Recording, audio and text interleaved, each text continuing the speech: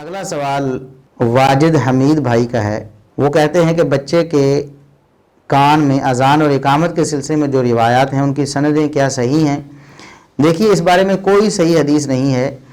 سنن ابی داؤد وغیرہ کی جو حدیث ہے، سنن ابی داؤد میں 5105 نمبر کہ نبی کریم صلی اللہ علیہ وسلم نے سیدنا حسن بن علی رضی اللہ عنہ کے کان میں اذان کہی۔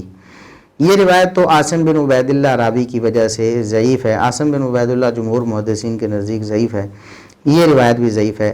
اب اذان اور اقامت کے بارے میں بھی ایک روایت ہے کہ ایک کان میں اذان دوسرے میں اقامت، مسند ابی یعلا میں 6780 نمبر، لیکن اس میں بھی یحییٰ بن علاء متروک راوی سخت ضعیف ہے، اور مروان بن سالم کذاب وضاح ہے، یعنی یہ پکی جھوٹی پیٹنٹ جھوٹی روایت ہے، اس کا کوئی اعتبار نہیں۔ اسی طرح شعب الایمان بہقی میں 8255 نمبر پہ ایک روایت ہے کہ نبی کریم صلی اللہ علیہ وسلم نے حسن بن علی رضی اللہ عنہ کے ایک کان دائیں کان میں اذان اور بائیں کان میں اقامت کہی، تو اس کی سند محمد بن یونس قدیمی اس میں کذاب ہے، یعنی یہ بھی جھوٹی روایت ہے۔ تو ایسی کوئی روایت ثابت نہیں جس سے بچے کے کان میں اذان دینے کا ثبوت ملتا ہو۔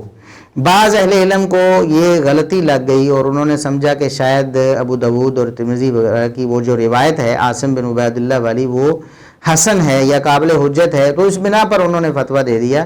وہ اللہ کے ہاں معجور ہو جائیں گے، اپنی خطا پر بھی ایک اجر ملے گا، انہوں نے اللہ سے ڈرتے ہوئے ایک فیصلہ کیا۔ لیکن دلائل سے یہ بات ثابت ہو چکی ہے کہ عاصم بن عبید اللہ ضعیف راوی ہے، وہ ثقہ نہیں ہے، اور یہ حدیث بھی ضعیف ہے۔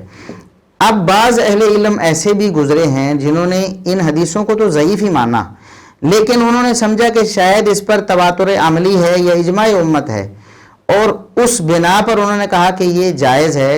اور دلیل ان کے سامنے کیا آئی؟ وہ جامع ترمذی کی ایک عبارت تھی، امام ترمذی رحمہ اللہ تعالیٰ کے الفاظ کے والعمل علیہ، جس طرح ان کا عام ایک انداز ہے امام ترمذی رحمہ اللہ تعالیٰ کا کہ وہ عمل امت کا نقل کرتے ہیں کہ اس بات پر صحابہ و تابعین اور تبع تابعین کا عمل ہے، اس پر امت کا عمل ہے، اس پر تمام علماء کا عمل ہے۔ تو انہوں نے سمجھا کہ شاید یہ عبارت بچے کے کان میں اذان کے حوالے سے ہے۔ بعض نسخوں میں اس کی ترتیب ایسی لگی کہ وہ تھوڑا پیچھے چلی گئی، بچے کے کان میں اذان کے حوالے سے جہاں حدیث ہے وہاں وہ پہنچ گئی عبارت کسی کاتب کی غلطی کی وجہ سے۔ تو انہوں نے سمجھ لیا کہ شاید یہ عبارت بچے کے کان میں اذان کے حوالے سے ہے، حالانکہ معتبر نسخوں میں اگر آپ دیکھیں تو عبارت کیا ہے؟ وہ عبارت یہ ہے وَالْعَمَلُ فِي الْعَقِيقَةِ عَلَى مَا رُوِيَ عَنِ النَّبِيِّ صلی اللہ علیہ وسلم، کہ اس عقیقے کے بارے میں عمل نبی کریم صلی اللہ علیہ وسلم کی حدیث پر ہے۔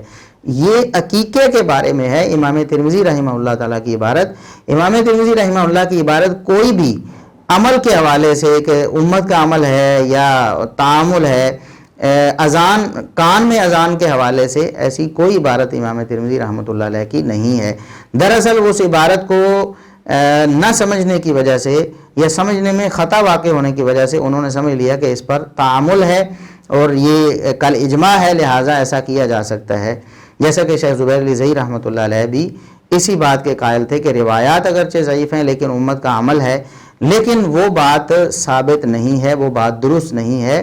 معتبر نسخوں میں واضح طور پر یہ الفاظ لکھے ہوئے ہیں وَالْعَمَلُ فِي الْعَقِيقَةِ، کہ عقیقے کے بارے میں جو حدیث ہے نبی کریم صلی اللہ علیہ وسلم کی، اس پر امت کا عمل ہے، ساری امت اس پر عمل کرتی ہے، لہٰذا بچے کے کان میں اذان کہنے کے حوالے سے کوئی شرعی دلیل نہیں ہے۔